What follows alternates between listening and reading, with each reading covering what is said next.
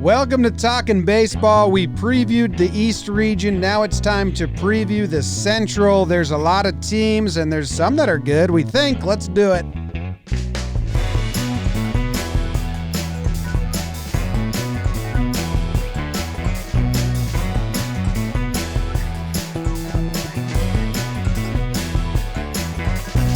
What's going on, everybody? Welcome back to Talkin Baseball. My name is Jimmy. Sitting right next to me is Jake. We got Trevor in California and producer BBD in the corner. How's everyone doing? I hope you're doing well. Puig just went to the Braves. We like that. We're not talking about the East. We're talking about the Central. Jake, what's your favorite Central? My favorite Central. A little behind the scenes. Shout out to the Patreons, and we got a bunch of new ones. We might shout them out in a minute, but some serious technical difficulties today, which is pretty wild, but that's part of the biz. So we're fighting through that. Jim, my favorite Central, it's all of it. It's all the teams in the Central this year because I'm just excited baseball's coming back. We talked about doing a Jake excitement meter. I was actually falling asleep, and then I saw Trevor's face, and I got really excited, and then I had a Red Bull, and then we had technical difficulties, and I came down a little bit. But I'm about to have the best episode of my life. We're about to fall into our Central group takes because I don't think any of us know who we love in the NL Central. Look good, play good. Trevor Plouffe. My favorite Central. Yeah. Yep. It's a tough one for me. Central Perk. I know we kind of discussed this before. I was talking about lollipops. Kind of over the lollipop thing now. Yeah. That was take one. Seems days That ago. was take one. But I don't know, man. I agree with your take that we don't know anything about these Central divisions. It's not because we don't know the guys and the players. It's because they're pretty tight. I think, obviously in the Central we have one team that's supposed to be the best. But other than that, man, all these teams kind of lump themselves together. Yep. Yeah. There was something I was going to say, and I think it was that this episode of Talkin' Baseball is brought to you by Owen R. Hughes, Kevin O'Brien, Kevin Blum, Greg Panay, Wilt 127, Jordan Kennard, Jacob Kim, Josh Carmel, Kyle Smotrees, Mike MZX, capital X at the end, obviously, Jack Tripper, Justin Peterson, Klinger 4077, Marla, guessing Marla Braves, congrats on Puig, maybe not Marla Braves, Jake Walter, and a lot of others that we're going to say on next week. If you want to watch live and see the shit show of technology failure debacle live, you can be a Patreon and join us. We had a lot of people hanging out that got to witness it. So thank you to everyone that signed up and supported us. We appreciate it. BBD, can you mute your own computer because we got the brubs again. Little skitty bop bop. Skiddly bop bop bop. Freshman year of college, I was in American history class, and the professor just talked about, scat music became popular, and a kid raised his hand, and it was like a scene out of Glee. And he was like, hey, is scat music like perfect, like on pitch? And the professor was like, yes. Yeah. The whole class was like, you fucking loser. Yeah, you've been saving up your scat music skills for this one. Yeah, huh? yeah. Well, hey, live, Puig to the Braves. We all like that. Thumbs up. Perfect. Love it. All we've been saying is contender, and I said contender and not on the West Coast. Those are my two things I wanted. I want to be able to watch him in prime time in hours that I'm awake, and I want him on a contender. So I'm incredibly happy with this. And I hope people didn't think I was coming down too hard on Marcell Ozuna the other day, but go look at Ozuna and Puig stats side by side. Puig's better. And he's kind of a reverse split guy, so Puig's actually better against righties. I love him, and now I have a reason to root for the Braves. So I thought they were your Braves. They were, and I kind of came down on them last episode, and so the Braves, Anthopoulos heard me, and so he brought in my guy Puig. So thank you, Alex. Yeah. I mean, where do you slot him in the lineup? You're saying that these numbers are fun, Ozuna and Puig combined? Who said that? Okay. Can we hear Trev? No. Lost Trev. Awesome. There it is. Trev, did you have anything good to say about Puig that I missed? I asked where do you slot him in the lineup? Cleanup. 5. Somewhere around there. When do you slot Acuna back into a better slot than hitting leadoff? That's the best slot. Little League rules. Yeah. Sometimes I agree with that. Sometimes I want that guy. Why 5, Jake? Slot him 4. Or slot Freeman going to be 4? He 5? Put him 3 in front of Freeman. Puig's good. I think you want to get your big 3 up there. Albies, Acuna, Puig is Freeman, more of like a 6 and then or a 4. 7. So that's why I said 4. And then Ozuna or Puig. I mean, they paid $19 million for Ozuna or something like that, so they clearly have higher expectations than they do for Puig. So, but yeah, he's in the heart of that lineup, so that's awesome. It's interesting. I don't see him slotting into the 4 slot. Maybe I haven't seen enough of his numbers, but I think it's he's more 4 or like 5. He's not going to be 6, 7. 6. Guy. Who's going to be ahead of him? He's not, when he went to the Indians last year, he went straight into the 4 hole and stayed there. The Braves don't have 5 better hitters than Puig. Yeah, I mean, maybe the 5 hole. Maybe the 5 hole is where he lives. Every once in a while, you shock the lineup and put him at the top. Boom. That'd be fun. Bang. Boom, bang, biddly bang. You had the side-by-sides, Jake, which I love a good side-by-side. I'm just telling you, I think people would be shocked by these numbers. Let's do the last 3 years, 2017 through 2019. Is that the same? I think that'll change it a little bit. Will it? Okay, I don't know. Ozuna has one big outlier year, which affects everything. Yeah, so that does help it in Ozuna's benefit. But Puig's best years are his early years. Whatever, it's good. I'm excited for it. Yeah. Good for Atlanta. Enjoy. We're going to move on. Good for baseball. It was good for baseball. If Puig went to Japan or somewhere else, that was bad for baseball. He's a lightning rod. You can tell when a player's good for baseball by if there's a lot of people that hate him, while also there's a lot of people that love him. That means those guys are fun entertainment. Like Harper. Mm-hmm. All right, let's move on to the Central. Jake, you're going to navigate us through, tell us what teams we're going through. I think we're going to do in the same kind of thing, worst to best. Well, I think the only other news things that we had to mention briefly, Buxton got hurt. Early words is that he's not as bad as it initially looked. We'll see. I know Trevor Plouffe was trying to get some insight on that. I do have the info. Okay. So I reached out to someone within the organization. They said that so far they found no structural damage. He's going back for some more pictures today to see if they can find something because he still is in a lot of pain.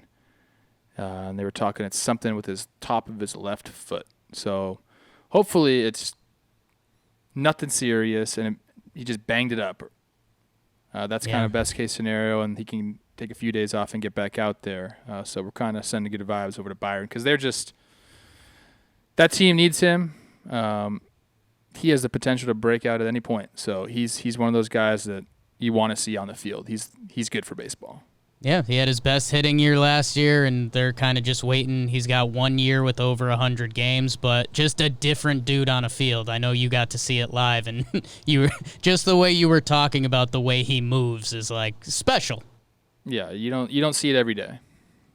All right, so we'll get to that with the Twins, and then Jordan Hicks opting out. That was the other news, and they're also in the Central, so let's just do it. And I think the way we did it last time was kind of fun. The crescendo style, the Story Alley crescendo, a lot of people on Twitter are talking about it.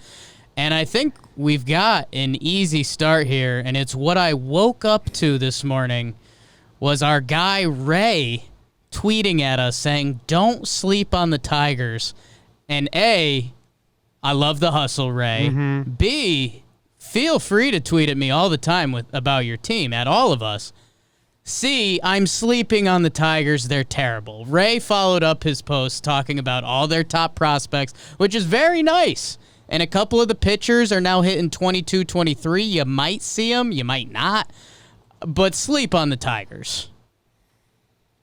Sleep on the Tigers. I'm trying to find that tweet. What's his name? Ray, whatever. It was Ray. I don't know. He basically just listed a bunch of names, and he said these are the prospects. They could have a good year. Blah blah blah. It's spring training, or in this case, summer camp optimism. Yeah. Every team has it, Every fan base has it. Everybody knows that feeling of like, hey, it could happen. And then you realize when you look back, that was not smart to think that way. Well, here's what I appreciate Ray Reynolds at Ray Reynolds 31 tweeting at us, because this is what this tweet did for me. Tigers fans have a reason to watch the season if they do let the young kids play. Which I don't think they will. Which, I don't think they will either. Then there would be but definitely sleep on them as if they're going to win any games this year. But I was excited that Tigers fans have some excitement. At least Ray does. A lot of heart. At least Ray does. This is what's going to happen. I'm going to tell they're going to be bad. Everybody in Detroit what's going to happen with their team. They're going to let these guys play. Some of these guys they picked up, some cheap free agents. They're going to let them play. Hopefully they play well. They're going to flip them. Try to get whatever they can for them. And then maybe you're going to start to see some of those guys come up around the 40-game mark. Maybe. I was excited to see the flip parade in Detroit in a full season. You know, we got guys like Mabin, Crone, Scope, Romine, all could be flipped. But I don't in the shortened season, they'd have to be lights out, and we'd need to have other teams. You know, if you get other opt-outs or other go down for Corona, you can look to the Tigers to refill it there and give them something for those guys, just on the cheap probably. But root for Nico Goodrum to be good. Cool dude, playing shortstop. He was in Minnesota, right? You knew him there? I did. I mean, he was in the minor leagues, but he'd come over for big league camp, and definitely a guy that stood out. You kind of knew there he wasn't getting much opportunity, but when I saw him play, you'd be like, oh, that guy's pretty good. And he found his way to the big leagues with the Tigers, and he's put together some decent years here, so I'm happy for him. So Trevor Plouffe taking credit for Nico Goodrum's talent. Tigers fans, we're sorry. It's going to be a tough shortened season. Maybe you see some of your young guys. We can't really dive into that. What really sucks is you have Ron Gardenhire there, and at least there's some saving grace. You get some entertainment out of watching him tear into umpires and get thrown out. But even this year, you can't argue. Damn. Yeah, but if there is one guy that will argue, it's Ron. The good news for the Tigers is that they open up 4 games against the Royals, so you can establish yourself as not the worst team. Pretty cool. Just, get one rung up the ladder. Right now, both feet are on the ground. Well, and speaking of one rung up the ladder, I'll let you guys choose who's the worst team, the Royals or the Pirates? Royals. I think it's the Royals. Okay, we're staying in the AL Central. What does Vegas have? They had the Royals, right? The over-unders? Royals, it says they have a 3.1% chance to win the division, so... That's huge. Don't sleep on the Royals. We know Jason Kendall used to be involved in their front office. Gotta love that. Which we like that a lot. What's the storyline here, Soler? See if you can hit some bombs. They still have Witt. Hunter Dozier's come up and been pretty good for them. Yeah. If you're kind of just looking at what they have, I mean, they're in a transitional phase. Rebuild, if you will. So we're going to, this is going to be another team where it's like you got to pick a few things out to be interested in them. And it's going to be if anybody gets flipped, maybe a young guy comes out and tears it up and you get excited about that. But it's going to be another tough year. They have half a lineup. Whit Merrifield's good. Adalberto Mondesi might lead the league in steals. Soler was a monster. Dozier had a really good year. Alex Gordon's a veteran. I mean, you've got half a lineup there. And they have a really good rotation of slightly below average pitchers. If you're looking for a 4.8 ERA pitcher. Like, if you're looking where you could see a guy and you're like, well, he's a big leaguer, and that's about the description, they got that on lock. Yeah, I got nothing. The Royals are kind of tough. They're going to have to score a lot of runs, and I just don't see it happening. Yeah. They got Montgomery, 94 ERA plus, then 102. Jacob Junis, 90 ERA plus, 99. Like, they're right below average. They're there. They're competing. They're in the league. This reminds me a lot of the teams I played on in Minnesota, maybe, the 2013-14 Minnesota Twins, where it's like you got some guys that can hit. Your pitchers are decidedly average, and it's going to be tough for you to win over a full season. Yeah. So I think they're in a tough spot right now. Maybe root for Michael Franco to turn it around. He was a big prospect for the Phillies, and it never kind of happened. Maybe he wakes up and realizes he's in Kansas City. Like, turn it around, man. Kansas City people, reach out, because I don't know. Your top prospects aren't supposed to get there till 2022, 2023. Let us know if we missed something. But Well, you missed Glenn Sparkman. I did miss Glenn Sparkman. I mean, come on. Bring the spark. We'll get to that guy later. Complete game shutout last year. Yeah? Yeah, against the White Sox. Then but a 6.71 ERA once he went to the rotation. All right, let's get through the mud and at least get to our guys in Pittsburgh, and we can talk about Cole Tucker if we want. I think the Pirates are a low-key fun bad team. Okay. The top of the lineup is a lot of guys you may not know. Brian Reynolds is really good. Adam Frazier can control the bat. If Josh Bell and Polanco can kind of be the dudes they are, we've got another half lineup team, and the pitching gets pretty weak pretty quick. But, I mean, Archer went down for the year, and Jamison Tyone, our guy, is also out. So J-Mo. Keona Keela still hasn't reported. Do we know what that is? But I think he said he doesn't like baseball anymore. it's just out. Yeah. Just over it. Yeah. It happens. That's not true. Cole Tucker's so nice. Yeah, he's the best. And, you know, I almost don't want to say mean things about the Pirates because I like Cole so much. Right. They're young. They're fun. Cole Tucker said they were texting each other about, hey, let's get out the gate hard. It's going to be a sprint. They have a new manager, so there might be some, like, gung-ho-ness, you know? And some more, like, team chemistry going on. You would think maybe with Shelty over there. But I don't expect them to last the length of it. But I hope they give us a little bit of the 2019 Mariners where, like, they spark the conversation early on. That's what I'm hoping from the Pirates. I think we'll see some of the young guys come and continue to have a good start to their career, and I think that's exciting for, you know, Pittsburgh fans to come and see that. So, I mean, you got to face the music. Like, you're still in your rebuilding phase, and they had some good bats though. I remember being surprised.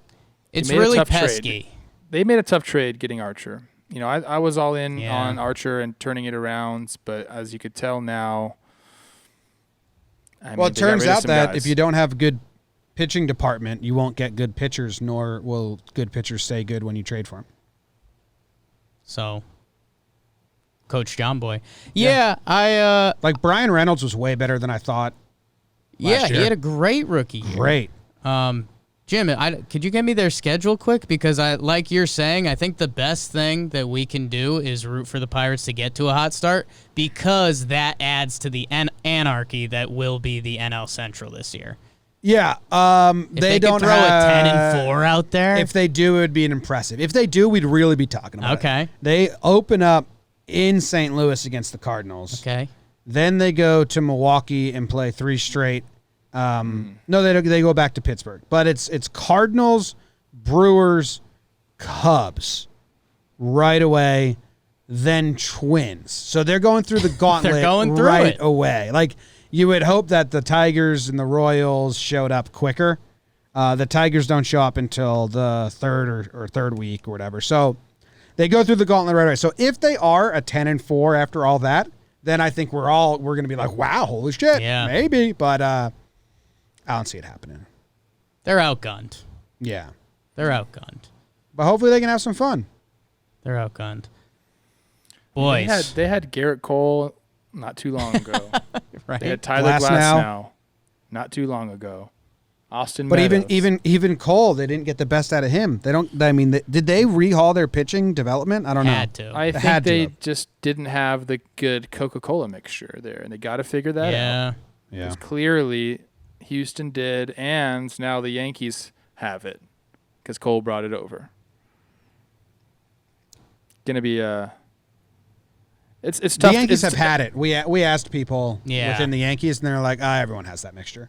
But the good mixture is what I'm talking about. That good. Yeah. Like, as a Pirates fan, man, it's got to be tough just to see like Glasnow and Meadows do what they did. Yeah. And it really does. It does mean that there is a lack of development on their pitching side. Yeah. And I guess we've kind of seen it. So, I mean, I think they were the most old school team in their approach around the league. Yeah. Got to figure it out. That's why they got rid of Hurdle. Yeah, they got the whole new front office. Good luck in Pittsburgh. We'll talk about you next year. Where you want to go next, Jake? Where do you go? This is great. I love this. This is where it gets. Yeah, I think like you go. I think you go White Sox next. I was going White Sox, and they're a pesky little fan base. I'd take Indians next if that was my choice. Yeah, but you're weirding me out with that, Trev. Yeah, we'll get to your Indian stuff in a minute. Trevor Plouffe is not making friends in Cleveland. Well, because he pissed the White Sox fans off so much when he did the PPP back in February, so he's making good with them. Okay. Okay, keep going. White Sox first. Initial look at the White Sox lineup. They can go 1 through 6 really good. I've always liked Nomar Mazara. They could potentially go 1 through 7 really strong in that lineup. And then Giolito, Keuchel, and then if one of Lopez and Cease figures it out, yes, we're starting to build a baseball team. I think the bullpen's a little thin, but this is a good baseball. This is a good baseball team. Young, fun. We'll see when it counts and it matters. That's what I kept telling White Sox fans all last year. This is your last year where there's no stakes and you can just have fun and be the young team with a great clubhouse, because they do have a great clubhouse. But now I think, like, if they don't have a winning... Well, the 60-game season throws it off. Because I was saying, if they don't have a winning record this year in a 162-game season, then it's time to be like, all right, well, fun is fun, but let's win because we have the talent. They have a lot of talent. Who's this kid named Mendick? I'm not super familiar with Danny Mendick, but I'd like to be. You guys. What? I'll tell you. That's his name, Trev. I'm It's looking up as Mendick. well, but I'm telling you why I'm kind of flip-flopping on my White Sox take. Okay. I've just heard so many people talk about Luis Robert, like in the most positive light. And if he is what they think he is, that changes everything. Because I'm pretty sure what I said in February when we were doing these is it's a young team. You can't count on that. Like, they're counting on this guy to come up and be somebody, and you don't know. But I've just continued to get bombarded with reports on this guy and just how good he looks, and he's a game changer, the next star. I'm like, okay, if that comes to fruition, that's different. That's like a Ronald Acuna dude coming up and changing the Braves culture. So it's almost unfair, right? I mean, he's a young dude. He's 22, and you could have all the talent in the world and have a bad 60-game season, especially as a rookie. So it'd be awesome for baseball and the White Sox and everyone if he is gangbusters. But you're kind of right. Like, you know what you're going to get out of Jose Abreu, Tim Anderson, Yasmani Grandal, Edwin, Eloy. It'd be cool if Eloy could take that step because he's supposed to be special. And right now they have him slotted 6-hole, which is almost a compliment to the White Sox, and that could easily change and slide up if he's good. But Luis Robert really does become a game changer. Is he, right now they have him slotted 2-hole. Is he the special next Ronald Acuna, or is he a rookie trying to figure it out? Don't put too much pressure on the kid. I think people are putting too much pressure on him, but he looks amazing, and I'm excited. Someone told me it's Robert because he's Cuban, but it's his middle name, Luis Robert Moye or something like that. So I don't know how you pronounce the name. I keep hearing people say Robert. I think it's Robert, but I was told, someone told me it was Robert. I don't know. But whatever. People are talking. You know what they have going for them? What? Moncada's on this team too. Yeah, I was going to say, you guys haven't even talked about Yohan Moncada. Yeah, because that's another guy. Like, you look at his stats and it's like, holy crap. Okay, we're looking at Danny Mendick there. Yeah, you throw him up at the top of the line. We're going off of Fangraphs, and right now they have him down. Does he have? He's got the corona. Yeah. No, it's undisclosed. Undisclosed. Excuse me. Jesus. Man, that gives them a 1 through 8 that I think. Yeah, they have a great lineup. And what did we say? So it comes say down to the pitching. Last episode, if you get more information, you're allowed to change your mind. I've gotten more information. I've turned my projections upside down a little bit with the White Sox. Dude, I like Keuchel still, too. I don't understand why everyone's out on Keuchel. He's never been a peripherals guy. Like, he's a ground ball pitcher with a beard. Last year, he came and played for the Braves, In 14 of his 19 starts, he allowed 3 runs or less. I don't care what his final ERA was. That's good. You trust him. That's 14 games out of 19 where he gave your team a good shot to win. He did not fuck it up. So, in a lot of those games, he went 6+. Only 2, he didn't make it out of the 5th inning. No, only 1. Wow. So 13. I love Keuchel. 13 out of the 19 games, he made it out of the 5th inning and 3 or less runs. That's what he, you know what I mean? I don't need any other numbers to pop. He keeps you in games. So if that lineup, which we're saying is 1 through 7, I like Keuchel. A lot of people act like he's washed up and done. I think he can still help you win ball games. I also think Gio Gonzalez is the same shit and fighting the same battle. If they can pitch, man. They can pitch. Their bullpen, you got Colomé back there. I've seen him. I've played behind Colomé before, and it's never easy, but he gets the job done. That makes. You want me to play sense. my game with Gio Gonzalez last year?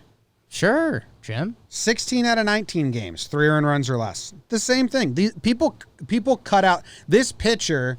Baseball fans have eliminated from their brains because it's either you're fucking Cole, Corbin, Scherzer, like a gangbusters, or you're bad. You can be a dude who just is a professional at not killing your game. We got in some pretty good Twitter spats last year with kids on Yankees Twitter talking about prospects, xFIP, and what they should do, and we were like, go get Keuchel or Gio because those guys can pitch. Yeah. I don't know. I think I'm rooting for the White Sox. Yeah, I want him to win the division. Oh, well, we'll get to Trevor's Windians in a minute.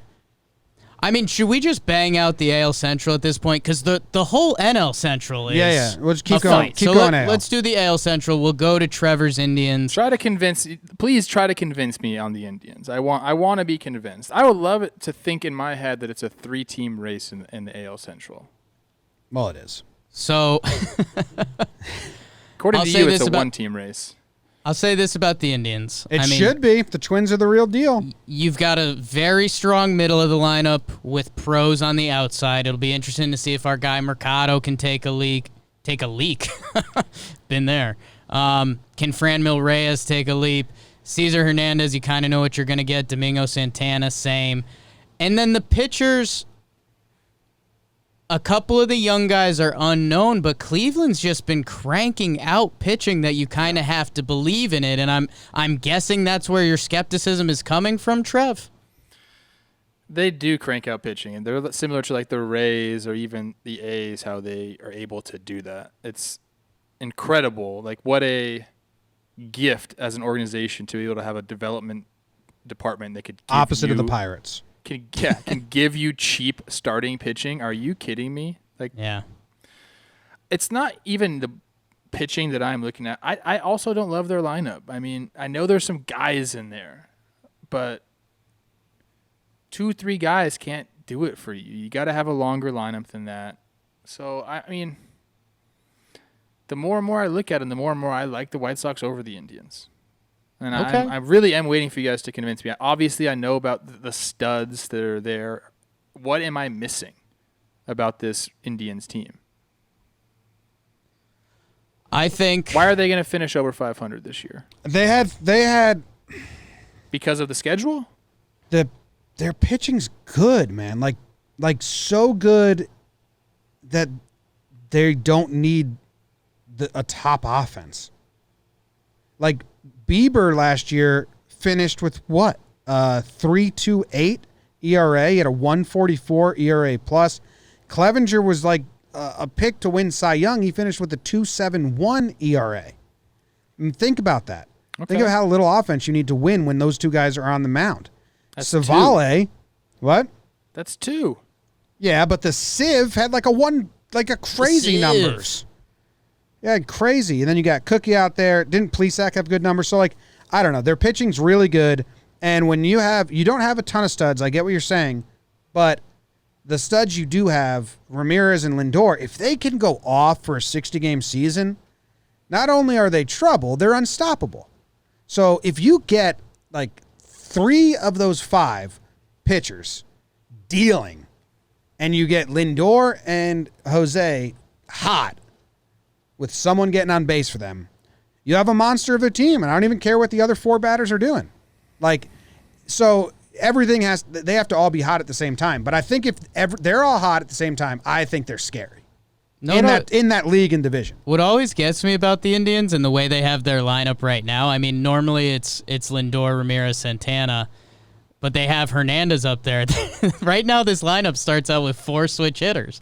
Like, I think that's kind of a mental mindfuck when you're a pitcher and you go out there and everyone's against the side that you have lesser numbers. And, man, I think the other thing is like, okay, what can you really bank on? And I think it's funny we see these Fangraphs projections, and a lot of them seem low because, it's an average and they have to be conservative. Their projections for Carlos Santana this year is to get on base at a 371 clip. Like, what these guys are proven and can do, I think, gives them a leg up.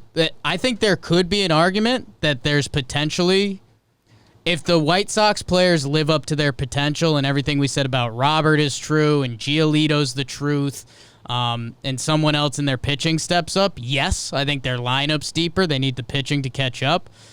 But how many home runs did Framil Reyes hit last year? He's a monster. I love him. Do you know how many? 37. Exactly on the nose. I love him. He's huge. I saw him in person. He's a monster. He's born to DH. With an 822 OPS, I mean, in San Diego for half the year. In San Diego for half the year. The year before that, he played 87 games. He had an 838 OPS with a 131 OPS plus. Like, he's a dude. He's good. If they click, I think they're scary. If they fall apart, they're probably trading people. So that's the line there, right? Yeah. I mean, that's just like, think about what you just said right there. Like, they could either if they click, fall I think they're apart scarier and than trade the everybody. Twins. If they click, I think they're the scariest team in the whole region. I just don't. And you can't even say their team name anymore. Okay, I'm not calling them that. True. The The Cleveland Windians? Ball Club. Spiders? I'm just calling them the Cleveland Ball Club. That is a really good point by James, Trevor, and I don't like saying those words. Tell me which one. But, man, if you asked, I think, almost any team in baseball who they'd rather see in a playoff series, the Indians or the Twins, I think people would rather play the Twins because you don't want to go. It's because you're Yankee fans and have seen the Twins get beat in the playoffs by the Yankees year after year after year. No, it's Shane Bieber and it's Clevenger, man. Yeah, I mean, you talking about a 1-game playoff, then maybe. No, 3-game or 5-game. I mean, I don't see it. I mean, we're gonna get to the Twins lineup, and then you're gonna be like, oh, okay. Then let's do it. Let's do your Minnesota Twins, Trevor. There's no one better to speak on it than yourself. Tell me about how gnarly these dudes are. Tell me how hot Max Kepler is. Tell me Sano's thigh is the side of my torso. Tell me all of it. Just go ahead and look at the projected lineup on Fangraphs. Obviously, like we just found out today about Buxton. Hopefully he's okay. Because I do think he could impact their team immensely if he's right and like has a career year, which I don't think he's had yet. I mean, defensively he has, but putting the whole package together, he hasn't done that yet. And if he did do that, then they're the best team in baseball. Or at least have the best lineup in baseball. I think if you're looking at a weakness of the Minnesota Twins, and it's kind of like same old story, except these guys are much better than when I played. I think the starting rotation still is, I put Barrios up there with anybody in the league. I really do. And then after that, I'm a little more suspect on it. Definitely some good guys. And you named one pitcher. So after the one pitcher, then you're suspect? On the 5-man? I don't think they're bad. They're not. It's not like they're nobodies. These are all the same for all the same reasons you talk about Keuchel, and you just made that argument. This is the same thing with the Twins. These guys, they get it done. You know what you're getting from do they have Oder. the flashy stuff like Clevenger has? No, but they have pitchers. What's to say that Odorizzi and Maeda can't be the same pitcher as Bieber? I mean, he had a great year last year. Let's see if he can do it again. So I just that's their one thing. Their bullpen is maybe it's top 3 in baseball. Oh. Their lineup might be the best in baseball from top to bottom. Those two things mixed with the rotation they have, I mean, they run away with this thing. They should. If everyone's healthy, they run away with it. Let's get everything we agree on. The lineup's nasty. Crazy. When you look at it on Fangraphs and you see that Arias could bat 7th, when we've talked about him being a leader for the potential batting title. I mean, Kepler, Polanco, Cruz, Donaldson, Rosario, Garver, Arias, Marwin, and then Buxton if he's healthy. It's silly. It's silly. I mean, Alex Avila is a pretty solid backup catcher if we really want to do that. I don't think we need to. The lineup's nasty. Barrios, I'm with you. I like Barrios a lot. I think he's got to take it to another level if he wants to be with He's back-to-back All-Star seasons, bro. Back-to-back All-Stars is fine. All-Star doesn't mean shit, Trev. It's half the season. Tell me All-Stars. That means he had I'm just saying, it's not like this guy's... It's not like he's come up I'm and not trying done to knock nothing. him. Here's the better thing. Yes, back-to-back All-Stars. He's 26 this year. He's been really good. It's very possible he has another gear because when his slider's there, it's wipeout. And you're right. I mean, he's really good. Barrios is really good. Odorizzi, Maeda, Bailey, Hill, a couple of those guys are going to figure it out. Again, playoff series, I don't think it's the most intimidating. But it's the lineup. If the lineup does their thing, I'm going to disagree with you I'm going to disagree with you on the bullpen, man. Taylor Rogers is really good. I like him a lot. It sneaks up on you. He's good. Sergio Romo, my haircut partner. You know, we're Taylor friends. Rogers does not sneak up on anyone. He was literally one of the best relievers in the game last year. Like, he is an absolute animal. I was speaking of his fastball on the mound. He kind of slings it up there a little bit. Okay. Nobody else out of this bullpen really scares you. You know, Romo's going to give you the whole bag of tricks, and I love that. You know, May is nice. Like Duffy, Trevor May had a really, really good year last year. Duffy, Clippard. If you're a team and you're down 1 run in the 6th, 7th, 8th inning, like they have the pirate Hunter Wood. Like if Clippard, Duffy, May, Romo come out, you still feel like you're really in that game. Like, is that rude to say? Well, this is what I think about those guys. It seems like Trevor May and Tyler Duffy have been with the Twins forever. I mean, they were there when I was there. Difference now being they got a completely different staff in there that's doing different things. That's maybe they were the Pirates when I was playing there as far as developing pitching. They're getting closer to like the Rays and the A's. What they're doing with these guys, like all of their peripherals went up or down depending on which way it goes. I mean, I talked to these guys about what they're doing and their preparation. All of their spin efficiency is better this year. Was better last year with the new methods that they're using. You can like find bumps in the numbers, and these guys have them. I think they're very, if anything, they're very underrated. And I will stick my neck out there and say, like I said, they're a top 5 bullpen in all of baseball. I need a second shutdown guy. Like, I love Romo. He's 37 this year, but I need, like, in a playoff series, like, okay, if Barrios get it to Rogers and the other guy to get that playoff win, and I just don't see the other guy. It could be Trevor May. Okay. I think they're the best team in the division day in, day out. I think their lineup is scary and is going to carry them a ton. Their pitching is a lot of guys like Keuchel and Gio, and I was saying I like them and they're good, but Odo's that guy. He's a little better than them. Like, Odo's pretty good. I think he guarantees you a game every time you're out there. Barrios the same way. Barrios has been pretty bad in the postseason, and all I'm saying is I think they're better than the Indians on any given day. But I think if you have Bieber, Clevenger, like firing, if Bieber and Clevenger can shut down that offense, the Indians are a better team. You can make that argument for any team. No, I can't, because I can't make it about because those guys are studs. Like, those guys have the ability to be the 3 starting pitchers on the Indians have the ability to be the 1, 2, 3 on the Twins. Nobody's no. Who?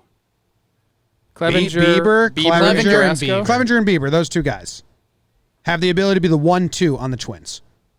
They have the ability to be the 1-2 on a lot of teams, Jim. Not the Rays, probably not the Yankees. I would say the Yankees. They're going to beat out Cole. Obviously not Garrett Cole. I would take away Garrett Cole after that. They could both be the second guy. I don't think you get the exercise then. I do. Just because you have Garrett Cole, he's better than everybody. You have to take him out. It's grading on a curve. That's my point, Trev. That's my point. We're grading on a curve here. They would be, okay, either one of those guys would be number 2 on the Yankees. Sure. Either one of them. Maybe. Not in the playoffs. You guys hold the Yankees on a pedestal. I'm just saying I can see the Twins dominating in 60 games and then losing in the first round again. What I've said because they don't have shutdown time pitchers. here, I said if I'm looking at the team, they're the weakness, the weak link in the chain, if there is one, is starting pitching. I said that. Well, then appreciate it from us as Yankee fans that's been the weak link in our chain, that's what we're worried about. Yeah. That's the worst piece to have a weakness. Of course. Yeah. Of course. But I think they should win the division with ease. I just don't love their starting pitching in a playoff series.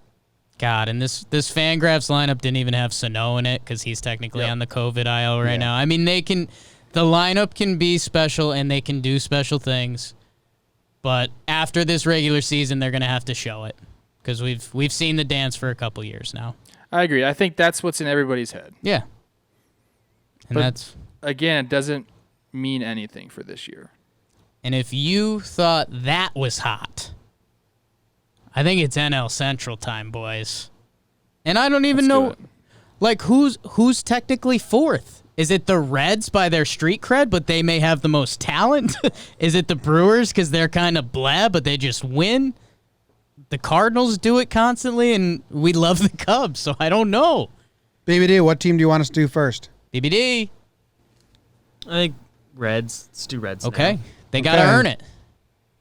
They got to earn it in Cincy. Jim, these have become your Reds. That's all you talk about. No, the Reds have become the Rays, where we saw Trev say he was choosing the Rays, and then we saw, like, every publication jump on the bandwagon, like, check out the Rays. The Reds are doing that right now.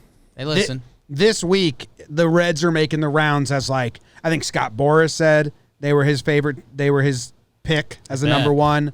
The Reds are making the rounds as, like, watch out. And I think it's a lot of because you don't perceive them. Like, it's a lot of warning, warning, warning. Don't be surprised when this team is about to take the next step. And I believe that to be true. I think they're a pretty complete team, actually.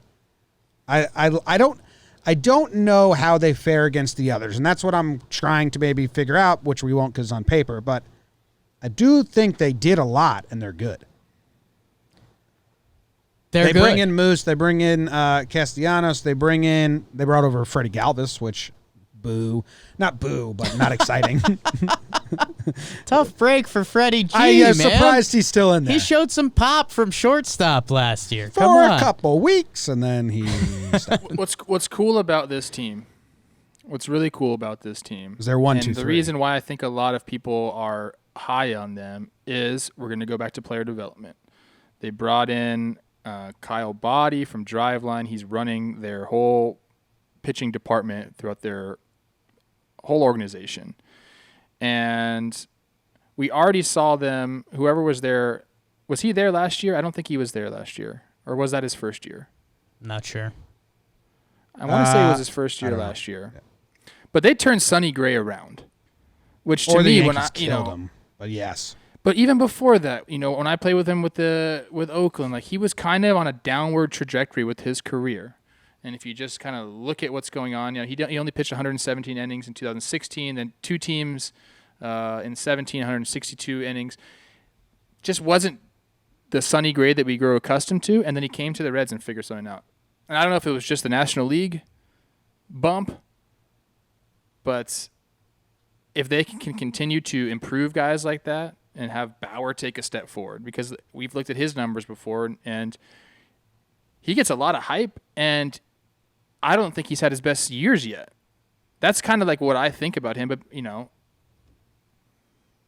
Maybe he goes over here. He's with this guy from Driveline, and if he takes like another step, then we're looking at a really dangerous rotation and a really dangerous team here. Well, Bauer's getting pushed by Kurt Schilling now, so he's going to have a better second half to his career than Schilling. That's what he's got to do. And I think that's, with the Reds, man, it's just the temptation of like, yo, if Sonny, Luis Castillo, and Bauer are at their best, this team is gnarly and the best team in the Central. If those three dudes are dealing, and I mean, Sonny Gray was awesome last year, 2-something ERA. Bauer was really good after the trade deadline. I think he wasn't, right? I think he was bad when he went over there, but that was kind of a really weird trade. And, like, nothing mattered anymore. He went from, like, a playoff race to, okay, just fuck around for a bit. And then Castillo's got all the talent. What happened with his year last year? Where'd he land? I know he was doing well. 133 ERA plus. Yeah. 3.4 ERA.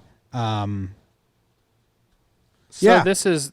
I was talking about Kyle Boddy, the guy from Driveline. If people don't know, Driveline is they basically have started the whole pitching revolution using data and different cameras and different computer programs to really stockpile data that pitchers have and then go in, dissect it up, and improve all that. So he brought his whole system to the Reds. They're sprinkled out all over the big leagues now.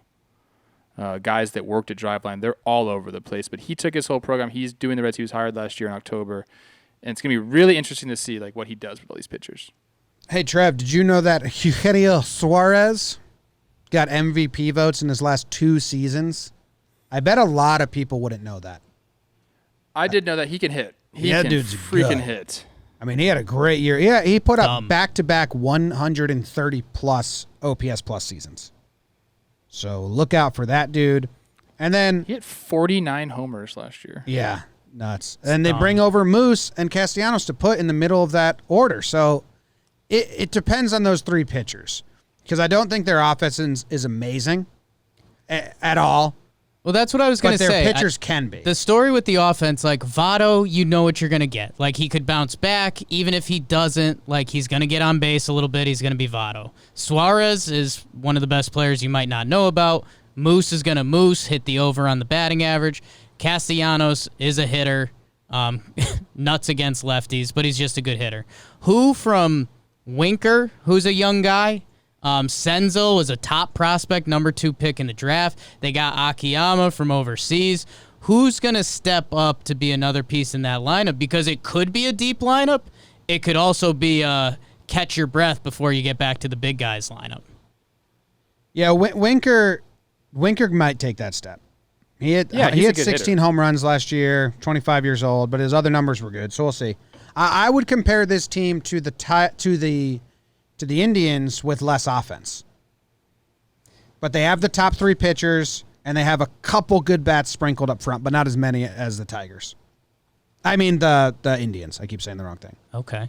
But I like their pitching. I think shortened season, if you get your 3 guys firing in a 60-game set, you're going to be good. And we haven't mentioned Miley or DeScalfani, who are both good. They're both good last year. I got this team above the Indians, but I can see how you can compare the roster and how they match up. I could see that, but I think if you with a schedule that was similar, that the Reds would win more games than the Indians. I think they've been the team all offseason once they assembled. It's if they click, they're right, but I think everyone just needs to see it because we haven't seen a good Cincinnati team since. I don't know. Barry Larkin? I mean, Sean Casey? You like Votto, Trev? I do like him. You talking about as a player right now or as a person? Both. As a person, I do. He's always been super friendly. You talk to him about hitting if you want to. As a player, I think Jake kind of hit it. Like, the guy's going to give you at bats. And I know he has a lot of pride in what he does. And didn't have, the best year last year, and I think he's probably going to come out with that chip. And when you got a guy like that who's just that kind of a mad scientist, puts the work in like him, you give him a chip. If he stays healthy, And, we could see another 400 OBP season out of him. No big deal. All right, cool. I like looking at the schedules, obviously, but it's hard with the NL because they're all playing. They're all playing each other. They're all playing each other. The Reds end with the Twins, which maybe that's fun. Joey Votto's career on base percentage. Do you want it? I'm looking at it, so I won't guess. But 380, 421, 421. That's nuts. That's a joke. Jimmy, part of the reason Jimmy brought that up, I'm not the biggest Votto fan. I don't love some of the antics. I get he's trying to have fun out there. Respect him as a ball player, obviously. The numbers you just said. 2018, he's 34. He gets on base at a 417 clip, a 126 OPS plus. That's down from a 167 OPS plus. He finished second in the MVP. He's Joey Votto. Last year, he had a 98 OPS plus, his first year under 100. So, 35 years old, he's going to be 36. A normal player, that's kind of the start of the end. If he bounces back, would love that for the Reds in baseball, but it's definitely something you circle because they still owe him a lot of money. That fucker Bryce Harper beat him out for the on-base percentage leader in 2015. It's the second best on-base percentage of Joey Votto's career. He didn't even lead the league. 459. 459, he didn't lead the league. Bryce beat him with 460. That's all right. crazy. Let's get off Cincy. Let's go to Milwaukee. We are chewing up some clock, so let's try to hit it, but let's not. This is talking baseball, people. Enjoy it. Love it. Breathe it. I'm in on these Brewers. You guys saw it happen the other day. I just think they've got a little bit of the recipe. Whenever they're winning games, they kick it to that bullpen, which Hader, Corey Knievel, my guy, Evil Knievel, and I just like those guys down there. I think it's deep. I think whoever figures it out in this shortened season, whether it's Suter, Burns, Claudio, Peralta, I think they're going to have that bullpen. The starters don't scare you at all, but they also give you starts. And that lineup's sneaky deep, and I just feel like the Brewers figure it out. I don't always know why, and that Yelich guy helps too. I don't know. I look at this lineup, and I think they just find ways to get it done, like you're saying. Like you don't look at it and you're not super impressed with it, but whether it's recency bias or maybe the Christian Yelich factor, I don't know. But you're always like, damn, the Brewers they can get it done. Like they get hot. That's like what they do. They find ways to get hot and stay hot. Is that sustainable? I don't know. I think the DH helps this team immensely. I think they have the biggest bump from that DH factor. Remember that for the Cubs. Yeah. How are they going to use their pitching? Like right now, Hauser's listed as their top rotation guy. Hauser, what's the most young pitching staff? What's the most pitches he threw? Young pitching staff. So he broke 80 pitches 7 times last year. You know what I mean? 60-game season, baby. But I don't think they don't have the September call up. Maybe they crushed these first 2 weeks, but their other guy, Woodruff, right? You know how many times he broke 80 pitches last year? Okay. A lot. But 18 games. So he's a legit starter. But all right, who else is there? Anderson's got bullets. Lindblom came over from the KBO, so watch out. I just don't know how they're going to use their pitching. You know how they like to use their pitching when the season's on the line and they have a 40-man roster to use the bullpen. You know they got the 30-man to start the season. When they settle into that 26-man roster and they're not getting help, I just don't know how they're going to do it with their pitching. They're not going to be able to get as creative as they want to get. I agree. It's tough for me to look at this team and be like, they're going to win the NL Central. But then again, I look at the other teams like, who's going to win it? Yeah, they're still up there. And they just have bodies, man. Like I know we're obviously not deep diving into bench, but that'll be a factor. Like Jed Jorko's a pro. Brock Holt currently on the bench. Ben Gamble. Healy. I mean, these are all MLB dudes that whoever gets hurt or steps in, they're going to give you MLB at bats. The Brewers just find the way. Yeah, they do. I looked at Brett Anderson's game log. Brett Anderson's game log last year is nice. Anderson's a pro. He doesn't strike anybody out. So he was good in fine. Oakland. All that ground and defense. That'll be interesting. And the Yelich guy. I feel like we should mention him again because stud.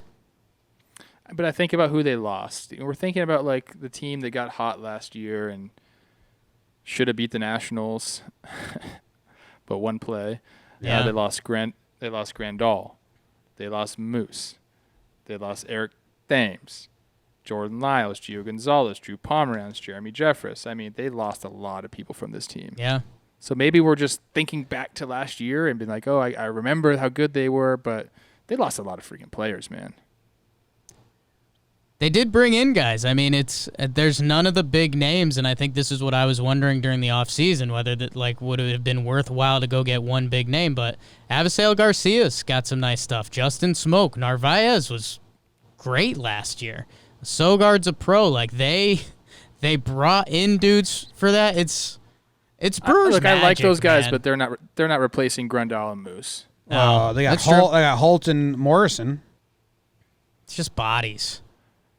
Yeah, those guys aren't replacing him either. Just bodies. Okay, jeez. I'm just saying. Yeah, What about Jed Yurko and Sogard?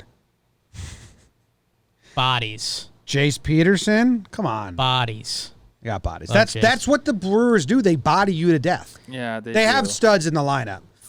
Yelich. It's a clubhouse culture thing too. Like they just think they're gonna win. I mean, we know a couple of their guys. They're friends of the pod, friends of the program. They just think they're gonna win, dude. Yeah. And that translates sometimes. So when you look at it on paper, which is what we're doing right now, we're like, But I bet you when we see him play, we'll be like, okay, see. If we were a Brewers podcast, I think the shirt would be Yelich, bodies, hater. Like that's the plan. Figure out a way to make that work. And they do. If Lorenzo Cain can like get back to form, that's a big help. Yeah, and we've heard he was hurt last year, and that's to any baseball fan out there. If you have a really good player that has an outlier bad year, that's normally the hint. That's something we found out the further we've gotten into the baseball world. I think If you look back at his career, 2014 and 15, 4-4 WAR, 6-1 WAR. Then he had an off year with a 2-2 WAR. And then it was 4-2, 5-7. Then he had an off year with a 1-5. So you're looking for a bounce back year from Lorenzo. Bounce back, so. It's called a sequence, people. Do you come on sequence? Trevor Plouffe. Check it out. Jomboy Media YouTube. Trev, how'd you like hitting in Wrigley? Only played one game there. And it was okay. Okay. I didn't really get to experience like the extreme hitters wind, and I didn't get to experience the extreme pitchers wind because it does go both ways there. But definitely a cool place to play. But for everything that I've heard about it, it's either one way or the other. It's either going to be a launching pad or you're going to hit a fly ball that you think's a home run. It's going to land at second base. So, dude, the Cubs. I hate the NL Central, man. Top of their lineup stacked. Bryant, Rizzo, Baez, Absolutely Schwarber, stacked. Contreras. And then even after that, it's Jay Hay, our guy Ian Happ, Kipnis, High T guy. And I mean, another team I just talk about the Brewers bench. I mean, does Nico Horner, the top prospect, does he find a way in there? Yeah, he's Daniel the best ever. Descalso, Boddy. For me, the Cubs come down to pitching, and it gets a little scary after Yu Darvish. You don't like Kyle Hendricks? I like Hendricks. I like Hendricks. Hendricks is nice. I should give him more love. Hendricks is really good. I saw Lester in the 2-hole, and Lester's clearly starting to come down from the pitcher he was. Short season, though, man. Short season. 10 good starts. I want to go back and I need to know who I picked in this division when we did it in February because I think I picked the Cubs. You can change, man. 60-game season. I honestly still don't really even have a lean as we're talking through all these things. It's like, brutal. The Reds seem good, but who knows? It's a very difficult thing. I think. No, I don't have a lean at all. This team is like every time I look at a team, I'm like, oh yeah, they could win the Central. Yeah. I like Hendricks. How bad was Lester last year?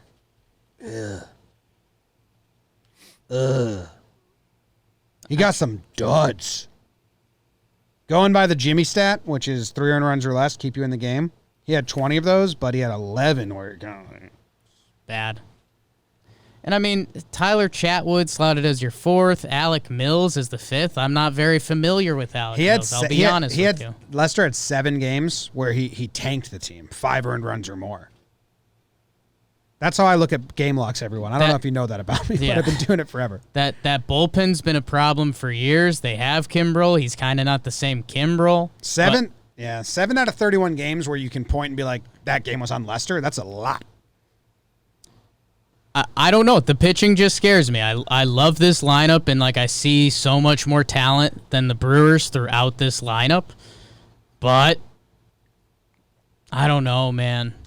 I just don't know. But I mean, if that top fucking 8 batters can bang, they get the DH, which helps them.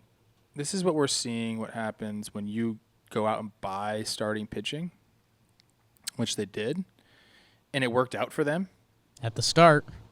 But now we're in those back years of these contracts, and it starts to take a toll on what you can do, with your roster. Developing starting pitching is the best recipe. It's everything. It's very hard to do, though, Trev. Not a lot of teams can do it. Not a lot of teams can do it. I don't even know, man. I don't even know what to say about the Cubs. Right? I don't know if people saw that. You are literally wearing a Cubs jersey today, a Dawson jersey. And I feel bad because you're a Cubs fan who you've been listening to this whole podcast. We've got to the Cubs. The NL Central has exhausted us at this point because just close your eyes and pick one.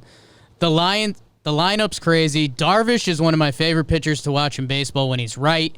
And I think the light bulb clicked back on at the second half of last year.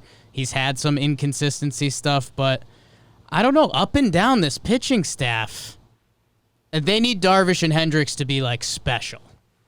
Yeah, or the bats. I'm telling you, if this season comes down to pitching, the Reds are the favorite. Well, let's get to the Cardinals, but the Reds top 3. If it comes down to a pitching show, 60 games. I don't know what's going to win a 60-game season. No idea. I haven't seen it. I have no idea. But if it is pitching, the Reds are looking good.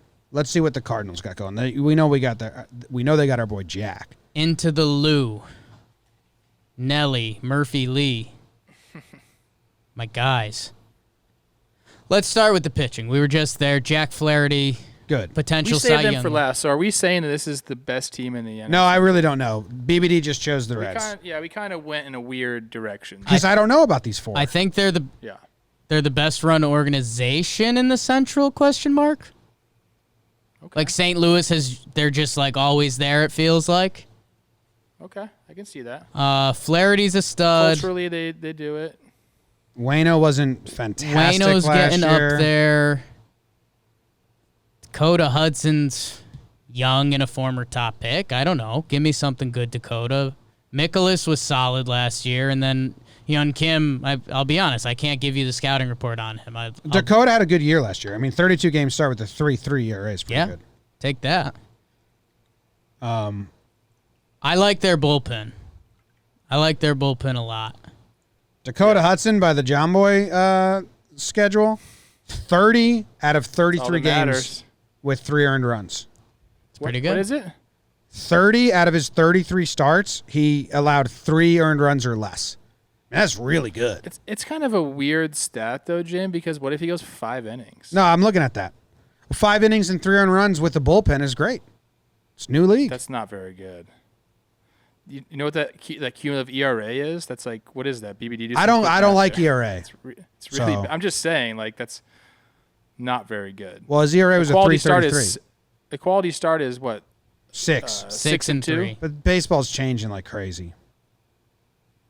I see no changes. It puts a lot of pressure on your bullpen if you're going 5 and 3. Every time, but you can do it every now and then. I'm just saying he's never.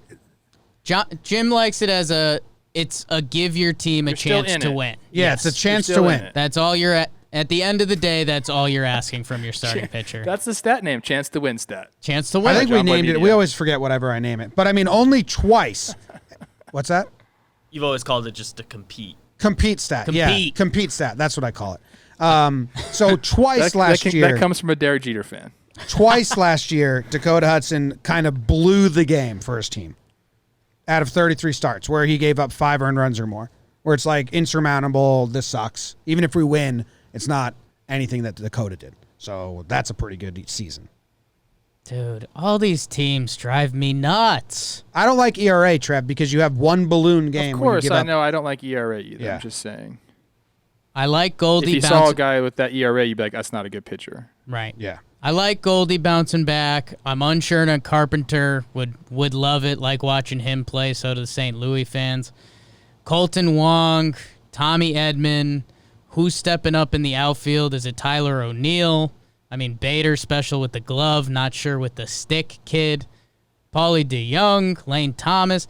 I don't know. The lineup doesn't do much for me, if I'm being honest. The Cardinals, besides Jack Flaherty, and Goldie, don't do much for me. And I don't know. Like, I want to like the Cardinals. They're a good run organization, and the fans are nice and all that. But, like, I've tried to go into this, and I'm scared of Cardinals fans because they always tell me I hate their team. Yep. Say positive stuff. I'm never blown away when I see the lineup. But I think they kind of just do it. Like, Harrison Bader's a guy that, like, he'll get you some wins, but it's not going to show up on paper. This is the most well-rounded team in the NL Central on paper. Okay. I can agree with that. So, again, I forget who I picked to win the NL Central earlier in the year. I think I might have picked the Cubs. I'm not saying that I'm going to pick the Cardinals now, but they are the most well-rounded team on paper. Their lineup is it's like decent if you go lineup, rotation, bullpen. I think their rotation's better than decent. And I actually think their bullpen is pretty damn good too. You got 3 studs at the top right there. If you look at this, what we're looking at here, you got Carlos Martinez, Ryan Helsley, who we did an at-bat with Christian Yelich on my show Sequence, shout out Sequence. He went over and he said, this guy's nasty. He did hit a homer off him, which is very Christian Yelich-like. But it's very nice of you, so Yelich. Nasty. Then, you have Andrew Miller there. Obviously, Jordan Hicks opting out. We don't know if he was going to be completely ready or not, but that's definitely not helpful to them. Gallegos currently isn't listed on there, and he was special last year. I don't know if he's Corona, but the depth guys in their bullpen, John Gant, Tyler Webb, maybe not guys you'd be familiar with, but they're good. They're good. Yeah. And yeah, it's what we're all saying. Like, they're a well-run organization. The defense on this team is potentially special. I mean, start going around the horn. Yachty, Goldie, Colton Wong. I mean, those are all Gold Glovers. I believe Goldie's got one. I'd have to double-check that. Bader's really good out there. Like, it's all around, they may be the best team, like you're saying, but they're not the strongest in the division at anything except Jack Flaherty. I could say I think their starting pitching's probably right up there with the Reds. I think they're a little deeper than the Reds. If the Reds are at full tilt, you want the Reds, but you can't guarantee that, Bauer's been inconsistent. Sonny's had some inconsistency. Jack Flaherty is it. I mean, he trumps every single person that they have in their rotation. Goldie, 3-time Gold Glove winner. Thank you, Jake.